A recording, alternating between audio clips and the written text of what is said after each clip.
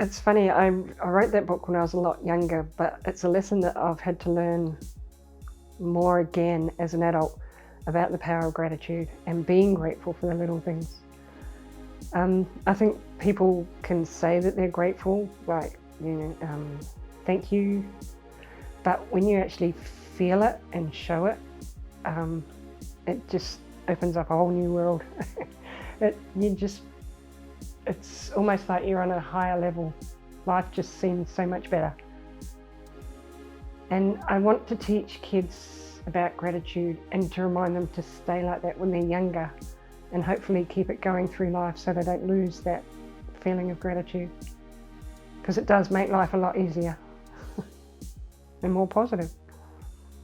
Like in my book, I put butterfly kisses that my brother used to give me when he used to put his eyelashes against my cheek. Just rain running down the window, watching it. Rainbows. Who doesn't love a rainbow? They're amazing to be seen, but you can't touch them. Going to the beach, building sandcastles, playing with your friends. At school, reading, writing.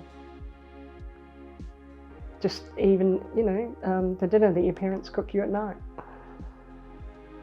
We're pretty lucky. I'm so grateful for the family that I've got over here and back in New Zealand, and my puppy. But when we come home, they're so happy to see us. I've written 2 books about my puppy Bruiser, so hopefully have a book launch on those soon.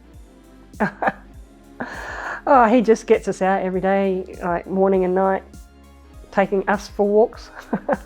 And it's great going down to the park at the end of the street, and there's trees and there's birds and there's frogs and there's even a kookaburra that laughs down there. It's just nice.